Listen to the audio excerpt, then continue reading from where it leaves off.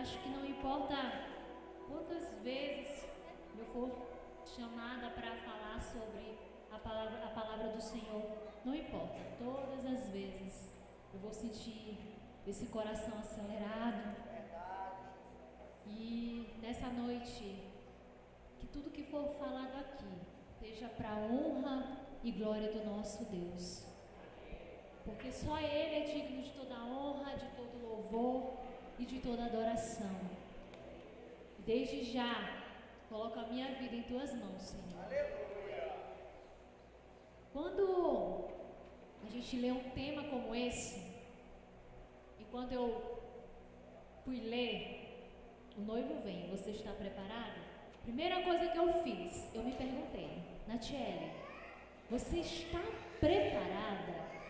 O noivo vem, você está preparada, Natiele? E eu creio que todos nós temos que nos fazer essa pergunta. Nós estamos preparados realmente? E quando eu escuto essa palavra preparado, eu me lembro de várias coisas. Nós nos preparamos para tantas coisas simples do dia a dia. Nós nos preparamos para uma prova, nós nos preparamos para ir ao trabalho, nós nos preparamos para ir à feira, ao mercado, nós anotamos tudinho. Nós nos preparamos para pagar as contas no começo do mês, dar aquela acelerada, Senhor, as contas estão chegando. Nós nos preparamos. Então, por que com o reino de Deus ia ser diferente? Nós precisamos nos preparar. Glória a Deus. Tem uma frase, obrigada. Quem tem miopia precisa dessa luz. Glória a Deus. Tem uma frase de Martinho Lutero que diz assim: viva como se Cristo tivesse sido crucificado ontem, ressuscitado hoje e fosse voltar amanhã. Aleluia. E nós temos que viver assim, como se Cristo tivesse sido morto ontem, crucificado ontem, ressuscitado hoje e que Ele vai voltar amanhã. Nós precisamos viver assim, preparados para a volta de Cristo.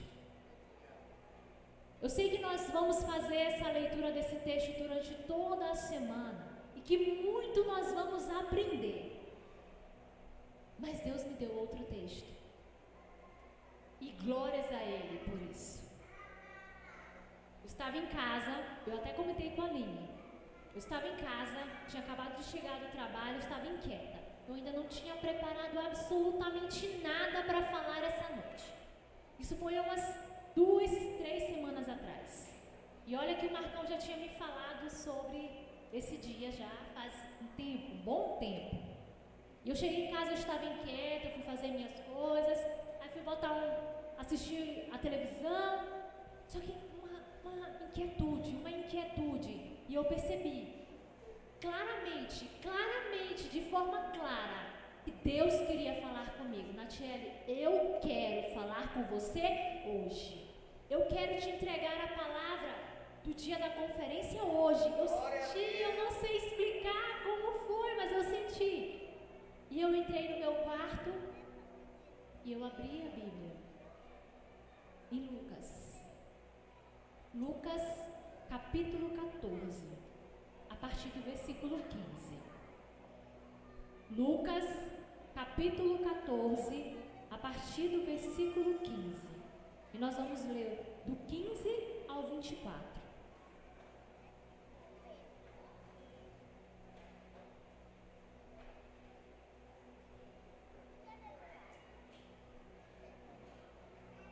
Amém? E assim diz a palavra do Senhor. Ora, ouvindo tais palavras, uns dos que estavam com ele à mesa disse-lhe: bem-aventurado aquele que comer pão no reino de Deus. Ele, porém, respondeu: certo homem deu uma grande ceia e convidou muitos. À hora da ceia enviou seu servo para avisar aos convidados: vinde, porque tudo já está preparado. Não obstante, todos a uma começaram a excusar-se. Disse o primeiro: comprei um campo e preciso ir vê-lo. Rogo-te que me tenhas por excusado. O outro disse: comprei 5 juntas de bois e vou experimentá-los. note que me tenhas por escusado. E o outro disse: casei-me, e por isso não posso ir. Voltando o servo, tudo contou ao seu senhor.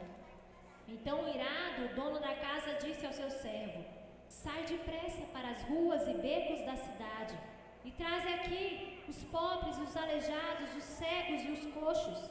Depois lhe disse o servo: Senhor, feito está como mandaste, e ainda há lugar. Respondeu-lhe o Senhor: sai pelos caminhos e atalhos, e obriga todos a entrar, para que fique cheia a minha casa, porque vos declaro que nenhum daqueles homens que foram convidados provará a minha ceia. E foi esta palavra que o Senhor me deu naquela noite. E nós vamos falar sobre 3 pontos nessa noite. Nós vamos falar sobre essa grande ceia, nós vamos falar sobre o anfitrião e nós vamos falar sobre os convidados. E eu convido os irmãos a aprender um pouco mais sobre a palavra de Deus humildemente através de mim. Vamos começar falando sobre a ceia. O que significa essa grande ceia que é falada aqui nesse capítulo, nesses versículos? Essa ceia, ela representa o reino de Deus. Na palavra do Senhor, nós temos várias parábolas que representam o reino de Deus. E Jesus tenta nos mostrar como será o reino de Deus. Assim como ele fala das 10 virgens, aqui também ele quer falar sobre o reino de Deus.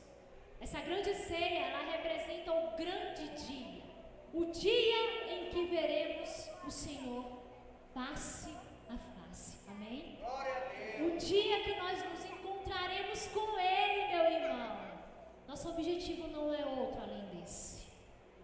Nós nascemos para Ele, nós vivemos para Ele, nós respiramos por causa dEle, nós nascemos para adorar somente a Ele. E o mais interessante que eu queria compartilhar com meus irmãos é que nos tempos bíblicos, quando eles convidavam as pessoas para ir às suas casas almoçar ou para um banquete, eles convidavam e diziam: é dia tal. Mas a hora não era falada.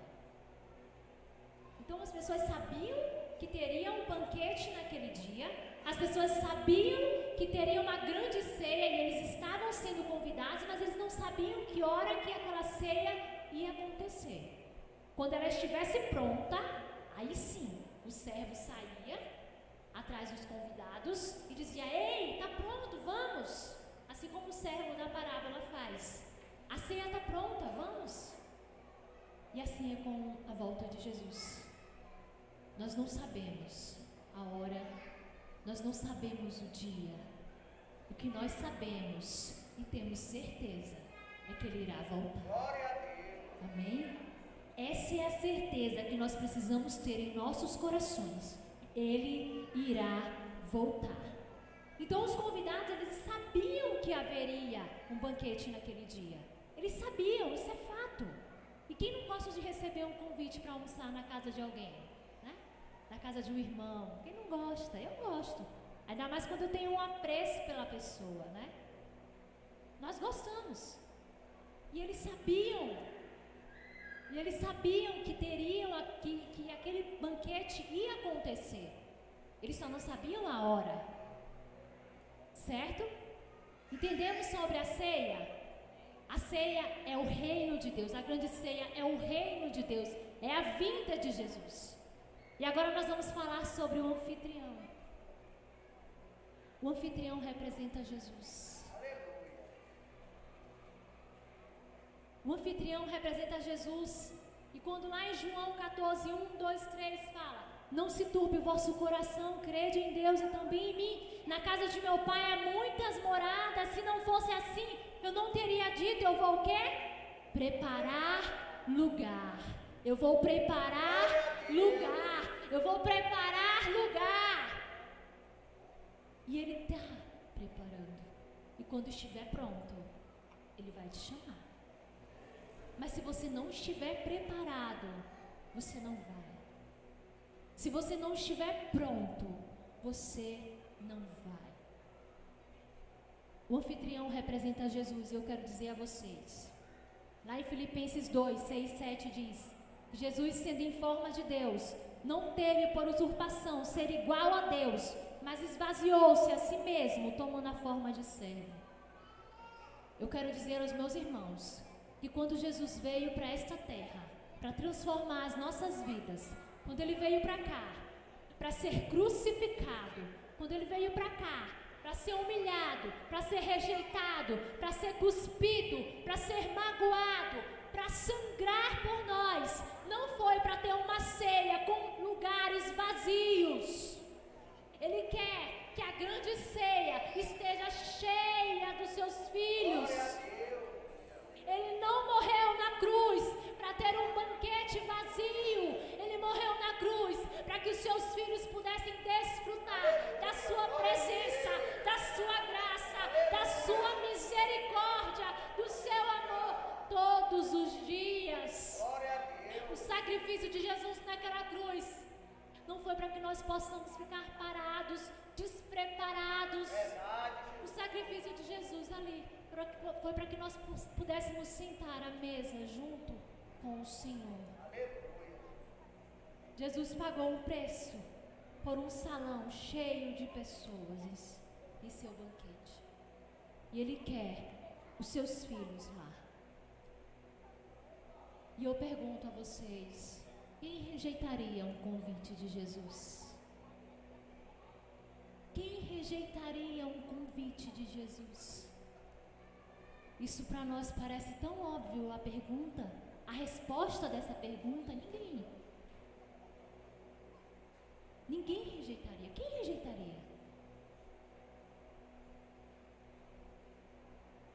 Mas essa parábola tem mais alguma coisa para nos ensinar. E nós vamos falar sobre os convidados. Os convidados que rejeitaram o convite. Os convidados que disseram não. Mas mais do que isso, os convidados que deram desculpas.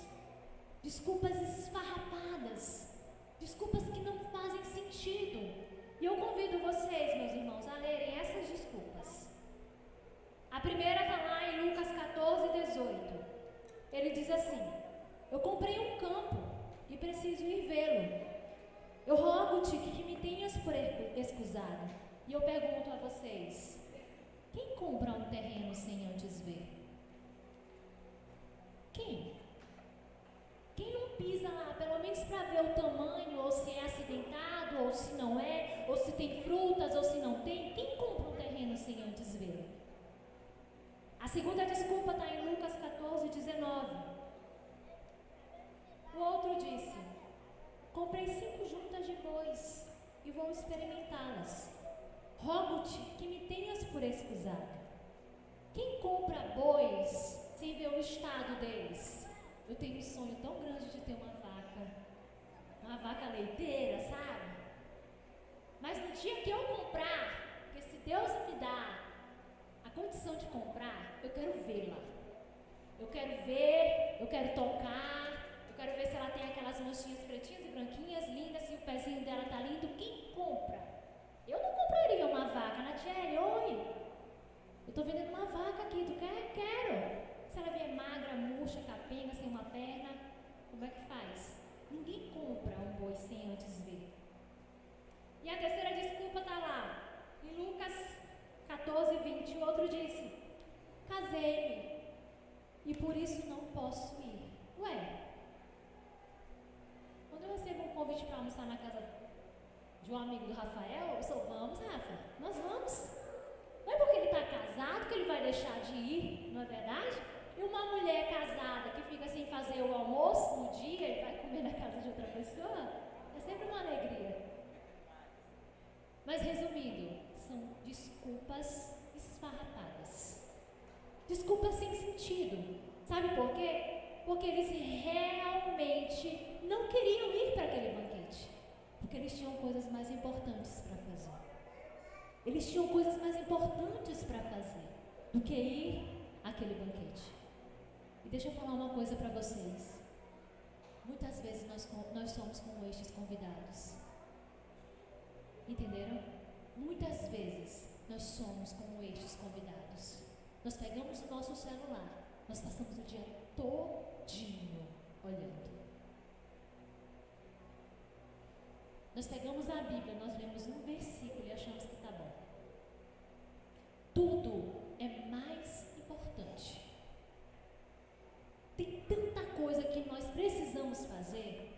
Desde quando a gente nasce, a gente tem tanta ânsia de ter tanta coisa, de conquistar tanta coisa, e tudo bem conquistar, tudo bem conseguir, tudo bem trabalhar, tudo bem ter um celular, mas isso não deve ser mais importante do que o meu objetivo principal, é morar no céu.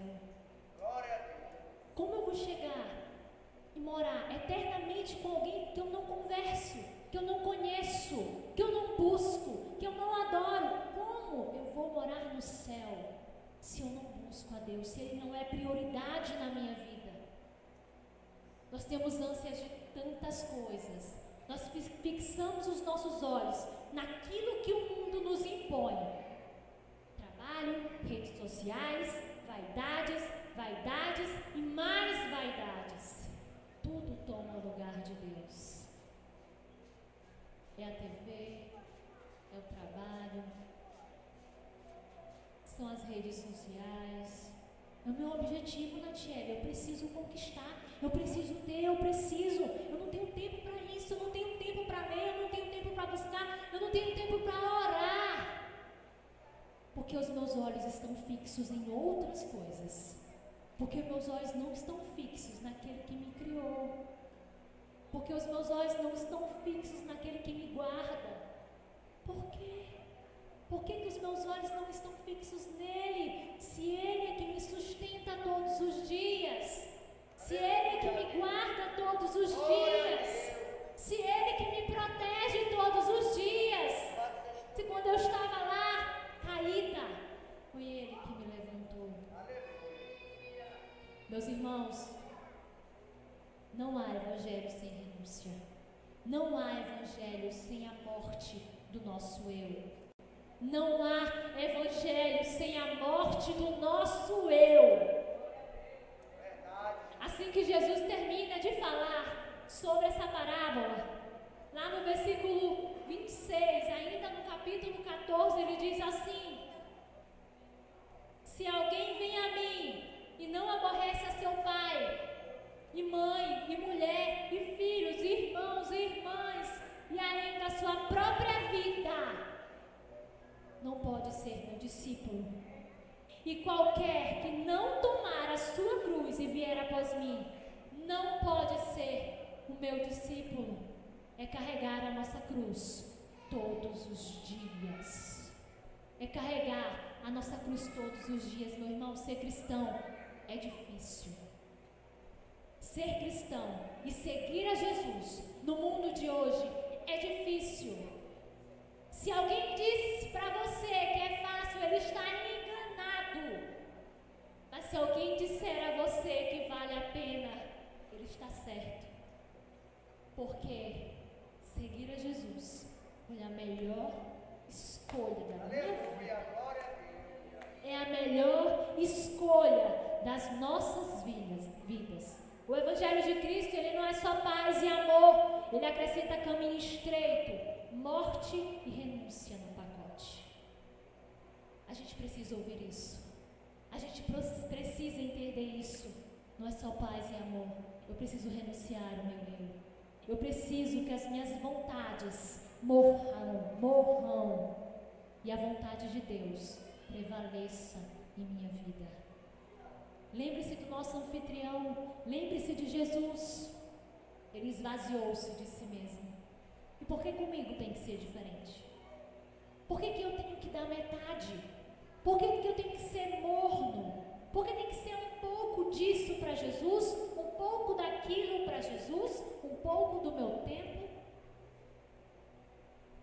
Por que tem que ser pouco?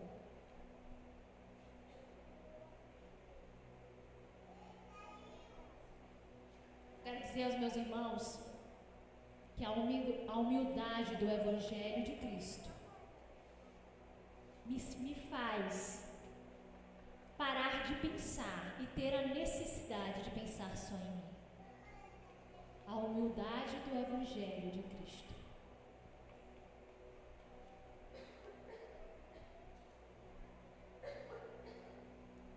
A pessoa que tem a voz fraca é isso. Quando Jesus nos salvou, Ele não deu só algumas gotas do seu sangue. Ele deu tudo o que Ele tinha. Ele deu a sua vida. Por que eu tenho que dar só metade daquilo que eu tenho, daquilo que eu posso, daquilo que resta, daquilo que sobra? Por que eu preciso fazer isso? Quem quiser vir após mim, negue-se a si mesmo. Quem quiser me seguir, tome a sua cruz. Quem achar a sua vida, perdê-la-á. E quem perder a sua vida, por amor de mim, a encontrará. Porque não há vida sem Jesus, meu irmão. Não há vida sem Jesus. Não existe vida sem Jesus. Não é fácil, mas é necessário que Ele cresça e eu diminua. É necessário que Ele cresça e eu diminua. Não existe evangelho sem renúncia, sem abrir mão, sem dizer não para as minhas vontades e deixar prevalecer somente a vontade de Deus na minha vida. Não existe. É carregar a sua cruz todos os dias. Todos os dias. Eu não posso e eu não devo viver com outras prioridades. Eu não posso e não devo viver isso aqui como se fosse uma brincadeira. Como se fosse, eu vou para a igreja, foto. Eu leio a Bíblia, foto. Eu tenho que viver o Evangelho. Eu tenho que morrer para mim mesmo. Não é brincadeira. Não é uma brincadeira. Quando ele voltar, ele vai levar só os seus. Só os que estão preparados. Só os que renunciaram. Só os que carregaram a sua cruz todos os dias. Assim que eu terminei de ler, Deus me fez relembrar.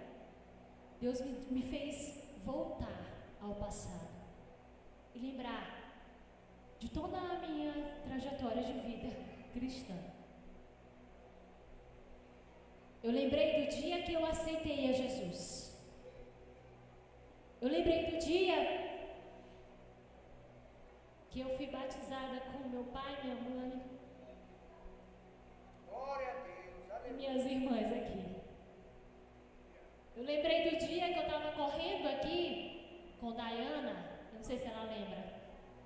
Eu caí, eu tenho até hoje um ralado aqui no joelho. Eu lembrei do dia que eu olhava o ministério Aleph dançando e eu achava maravilhosas, que bênção, que lindo.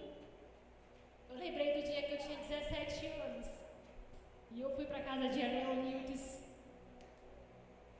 porque eu estava entrando no Aleph. Os meus amigos estão aqui. glória a Deus. As pessoas que me ajudaram nessa caminhada estão aqui. Glória a Deus. E eu peço que você, meu irmão, nessa noite lembre. Lembre do dia que você aceitou a Jesus. Lembre do dia que você entrou nessa igreja, levantou a sua mão e decidiu entregar a sua vida a Jesus. Lembre dos dias que você entrou aqui triste, cabisbaixo e saiu daqui renovado. Lembre dos dias que você caiu, se afastou. Mas lembre do dia que Deus te resgatou e te trouxe de volta. Lembre do dia que você chorou, se ajoelhou e estava passando por um dos momentos mais difíceis da sua vida. Lembra desse dia?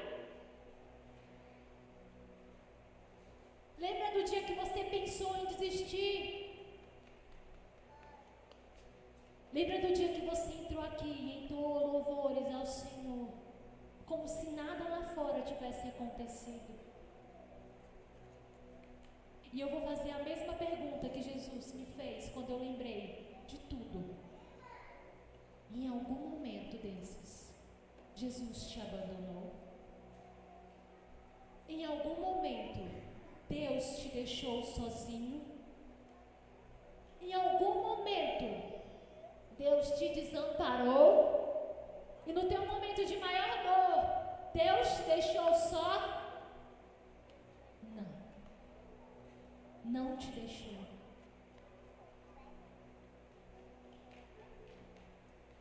Não te deixou sozinho. Então, por isso, por que você não dedica o melhor para Deus? Por que você só carrega uma pontinha da sua cruz? Por que o seu tempo é dedicado às outras coisas sem ser a Jesus? Por quê? Por que você ainda espera que o tempo chegue? Quando eu tiver mais velho, eu vou me dedicar mais. Quando eu conquistar isso, eu vou me dedicar mais. Quando eu ter tal coisa, eu vou me dedicar mais. Deus vai ver que eu vou me dedicar mais. O momento é hoje. A hora é agora. Glória a Deus. E se você precisa analisar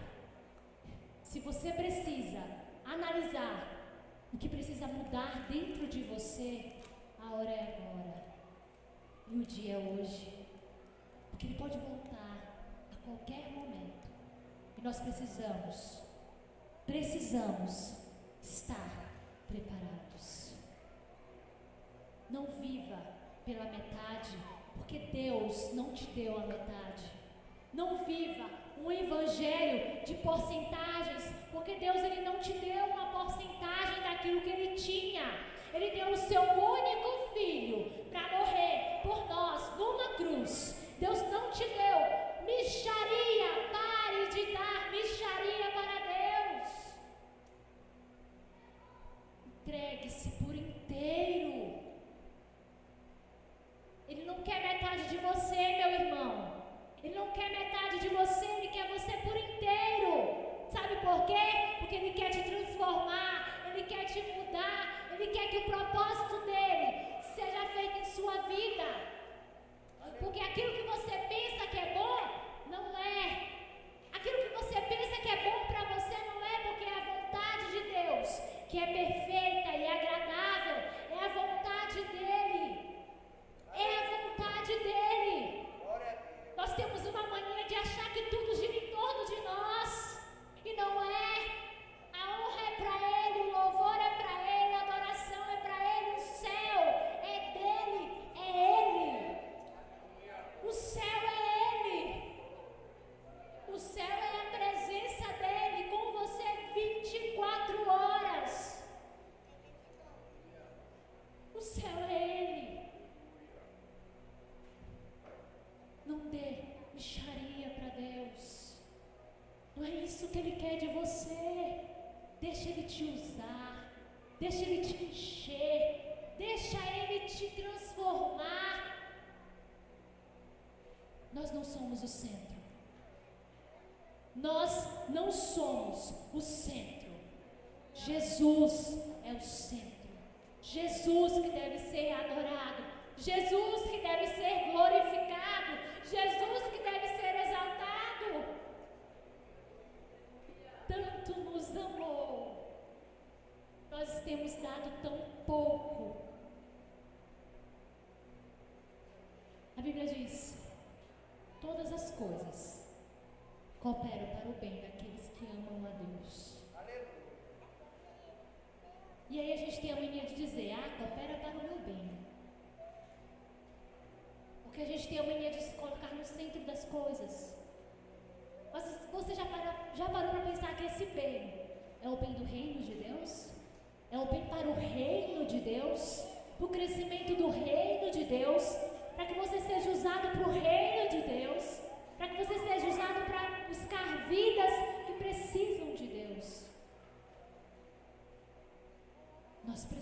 precisamos entender que nós é que precisamos de Deus. Não é o contrário. Nunca vai ser o contrário.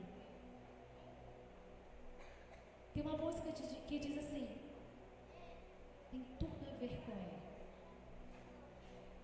Tem tudo a ver com Ele. É tudo para Ele.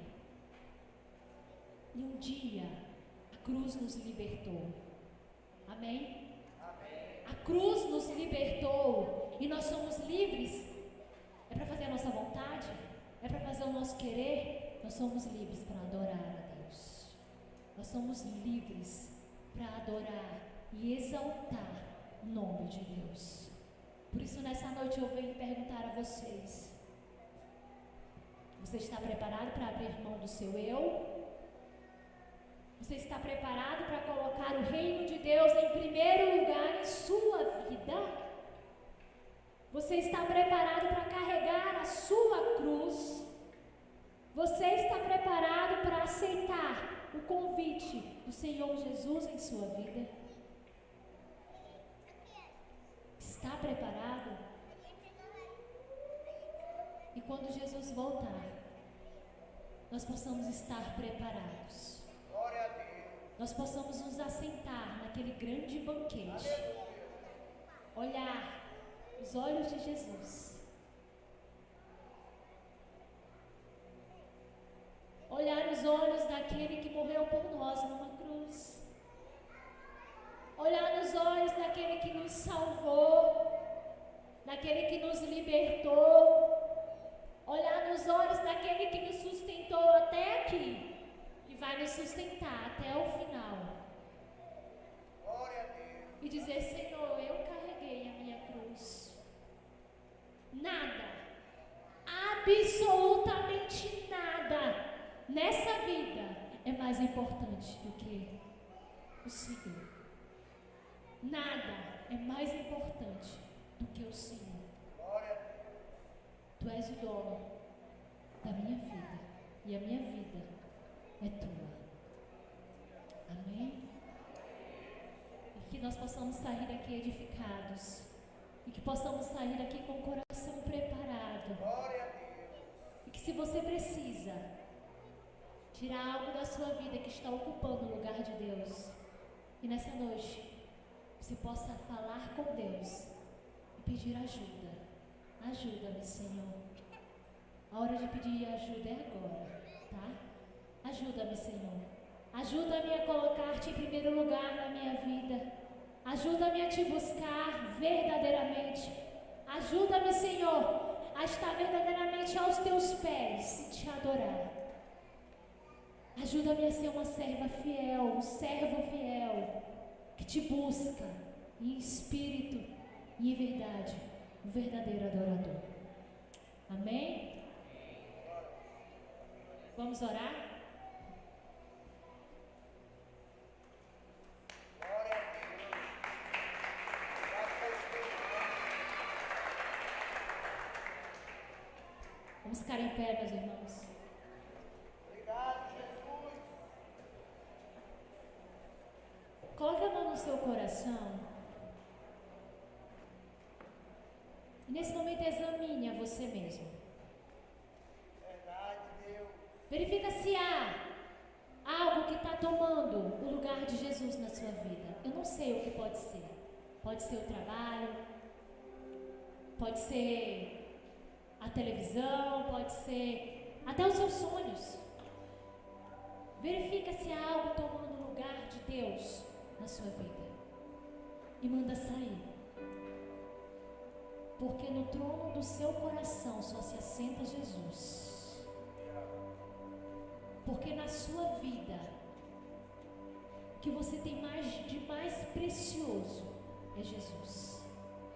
Ele é o seu tesouro. Ele é a tua razão de viver. Glória a Deus. Aleluia. Manda sair. E deixa só Jesus ser o centro da sua vida. Soberano Deus, eterno Pai, nós nos colocamos diante de Ti. Deus, nós queremos dizer que sem Ti nós não somos dependentes de Ti, Deus. Afinal, para onde nós iremos, Senhor? Para onde nós iremos se só o Senhor tem as palavras de vida eterna? Não adianta correr, não adianta se esforçar, não adianta buscar, não adianta, Senhor. Sem o Senhor ao nosso lado, nada tem valor. Se o Senhor não estiver aqui, Jesus, nada faz sentido. Bens, riquezas, tesouros, palácios, nada faz sentido, Senhor, sem a Tua presença. Tu és o nosso bem maior. Tu és o nosso Pai. É o Senhor que cuida de nós, é o Senhor que nos sustenta, é o Senhor que nos alimenta. E para Ti,